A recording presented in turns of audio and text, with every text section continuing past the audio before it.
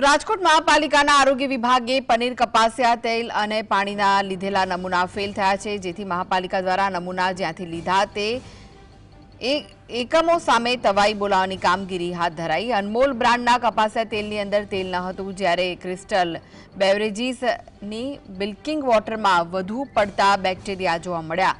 આ ઉપરાંત શ્યામ ડેરીના નમૂના ફેલ થયા। બટરમાં પણ ભેળસેળ ખુલી છે, જેથી રાજકોટ મહાપાલિકાએ ભેળસેળિયા તત્વો સામે દંડ અને કોર્ટ કેસ સહિતની કાર્યવાહી હાથ ધરી છે।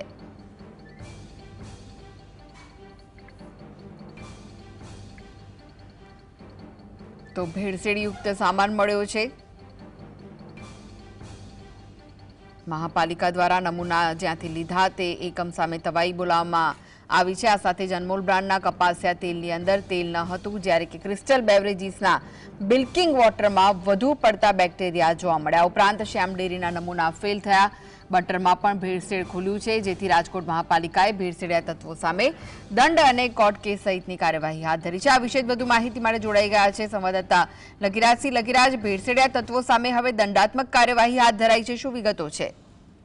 આપને જણાવી દઉં કે રાજકોટ મહાનગરપાલિકાની આરોગ્ય શાખા દ્વારા અલગ અલગ વિસ્તારમાંથી નમૂના છે તે લેવામાં આવ્યા હતા। મહાનગરપાલિકાની આરોગ્ય શાખા દ્વારા પનીર, કપાસિયા તેલ અને પાણીના નમૂના છે તે લેવામાં આવ્યા હતા। જે નમૂના છે તે ફેલ થયા છે। અનમોલ બ્રાન્ડના કપાસિયા તેલ જે નમૂના લીધા હતા તેની અંદર તેલ જ નથી નીકળ્યું, જેને લઈને જે કહી શકાય કે કાર્યવાહી છે તે દંડાત્મક કરવામાં આવી છે। તો બીજી તરફ ક્રિસ્ટલ બેવરેજીસના બ્લિંકિંગ વોટર છે તે વધુ પડતા બેક્ટેરિયા છે તેમાં જોવા મળ્યા હતા, તેને લઈને પણ કાર્યવાહી છે તે મહાનગરપાલિકા દ્વારા કરવામાં આવી છે। તો શ્યામ ડેરીના નમૂના છે તે પણ જે બટરના નમૂના છે તે ફેલ થયા છે, તે અંગે પણ જે ભેળસેળિયા તત્વો સામે જે દંડાત્મક કાર્યવાહી છે તે મહાનગરપાલિકા દ્વારા જે કરવામાં આવી છે ને કોર્ટમાં કેસ સહિતની કાર્યવાહી કરાઈ છે।